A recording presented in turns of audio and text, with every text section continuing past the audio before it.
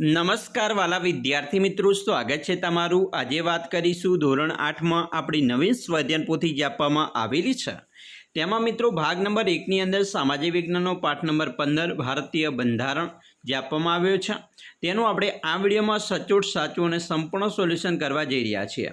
તો ચાલો વિદ્યાર્થી મિત્રો વિડીયોની શરૂઆત કરીએ। તેના પહેલાં ખાસ તમે ચેનલમાં નવા છો તો ચેનલને અવશ્ય સબસ્ક્રાઈબ કરી વિડીયોને લાઇક અને શેર કરવાનું પણ ન ભૂલતા। પાઠ મિત્રો 15 ભારતીય બંધારણ, જેમાં પ્રશ્ન 1ની વાત કરીએ તો નીચે આપેલા પ્રશ્નોના ઉત્તર માટે આપેલ વિકલ્પમાંથી સાચો વિકલ્પ શોધી લખો। જેમાં પ્રશ્ન 1 છે, નીચે પૈકી કયું વિધાન ભારતના બંધારણ સાથે સુસંગત નથી?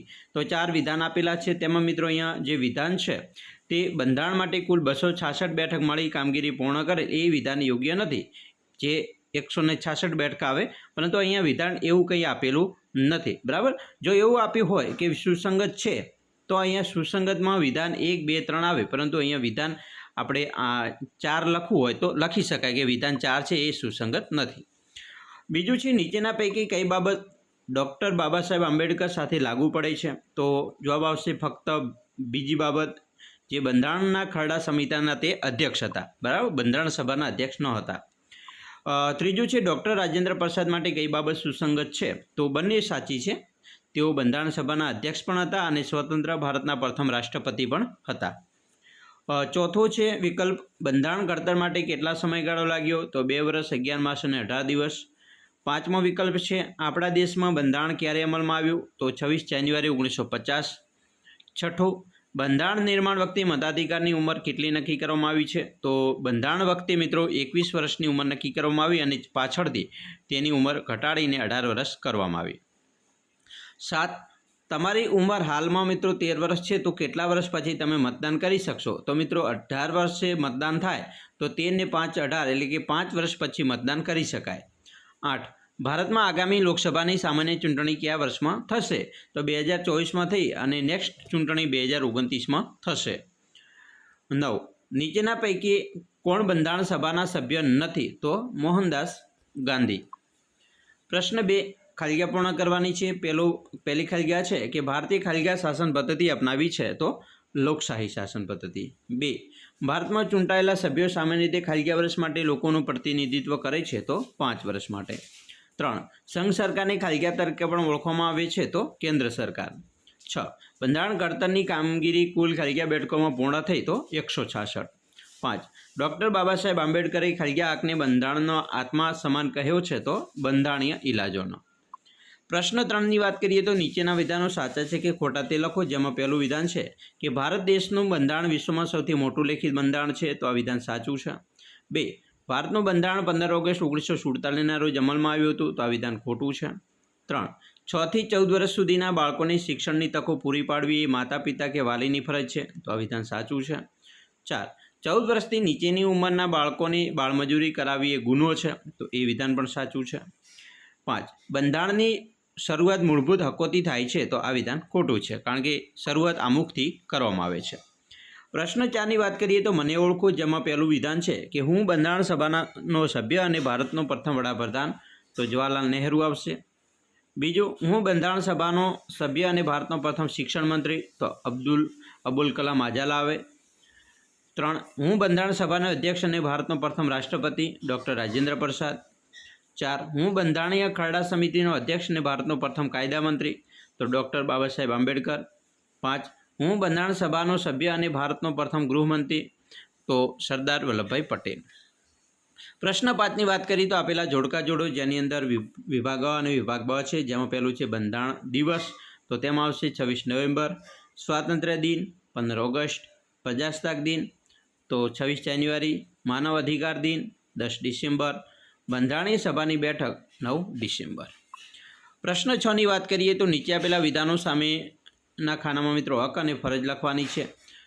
જેમાં પહેલું કરીએ વાત તો ભારત દેશના નાગરિકને સમાન તક મળે તો એ હક કહેવાય। બીજું, બંધારણ પ્રત્યે વફાદાર રહેવું એ ફરજ કહેવાય। 3, દેશમાં નાગરિકો હરીફરી શકે, વસવાટ કે વ્યવસાય કરી શકે, હક કહેવાય।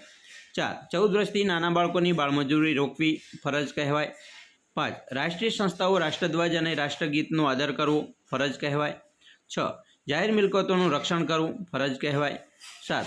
પોતાના વિચારો અભિવ્યક્ત કરવા માટેની સ્વતંત્રતા એ હક કહેવાય. 8. 6 થી 14 વર્ષના દરેક બાળકને શિક્ષણ આપવું ફરજ કહેવાય. 9. અન્ય સામે ન્યાયાલયમાંનો આશરો હક કહેવાય.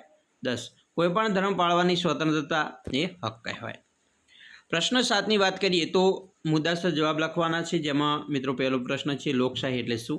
લોકશાહી એટલે મિત્રો લોકોનું, લોકો દ્વારા અને લોકો માટે ચાલતી શાસન વ્યવસ્થા. પ્રજાની સત્તા કે ચલણવાળા અને પ્રજાના વહીવટવાળા શાસનને લોકશાહી કહેવામાં આવે છે.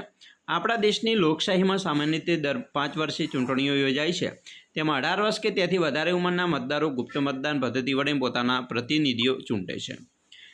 બીજું છે મિત્રો બિનસાંપ્રદાયિક દેશ એટલે શું?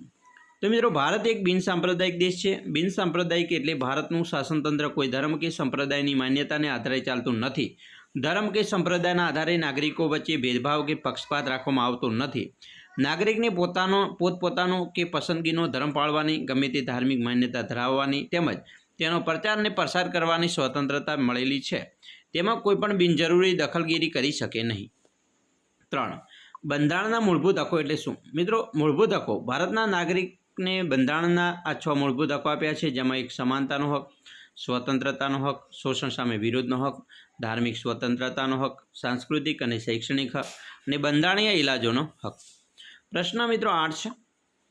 નીચેના પ્રશ્નોના 1-2 વાક્યમાં જવાબ લખવાના છે, જેમાં પહેલો પ્રશ્ન છે કે બંધારણ સભામાં કોઈપણ 5 પ્રતિનિધિઓના નામ, જેમાં ડૉક્ટર બાબા સાહેબ આંબેડકર, રાજેન્દ્ર પ્રસાદ, જવાહરલાલ નહેરુ, સરદાર વલ્લભભાઈ પટેલ અને મૌલાના અબુલ કલામ આઝાદ વગેરેનો સમાવેશ થાય છે.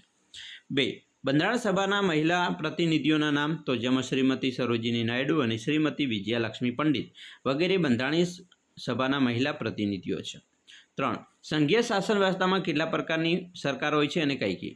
તો સંઘીય શાસન વ્યવસ્થામાં 2 પ્રકારની સરકાર છે, જેમાં એક સંઘ સરકાર, કેન્દ્ર સરકાર કહેવાય અને બીજી રાજ્ય સરકાર. પ્રશ્ન 9. નીચે બંધારણ સભાના કેટલાક સભ્યોના ફોટા આપ્યા છે, તેના નામ લખો.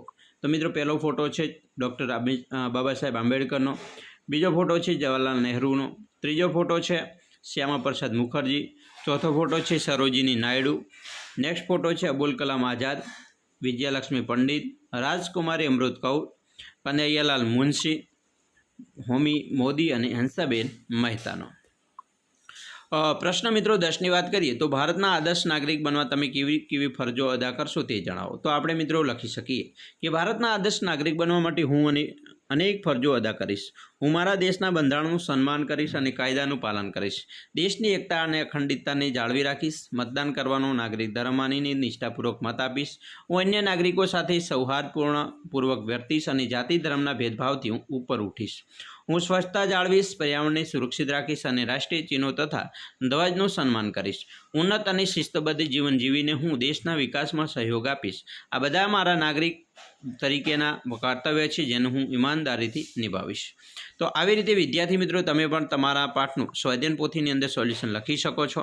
અમે આશા રાખીએ છીએ તમને આપણા વિડીયો ખૂબ જ ઉપયોગી નીવડશે અને ખાસ વિડીયો ગમે હોય તો લાઇક, શેર અને સબસ્ક્રાઈબ કરવાનું પણ ન ભૂલતા.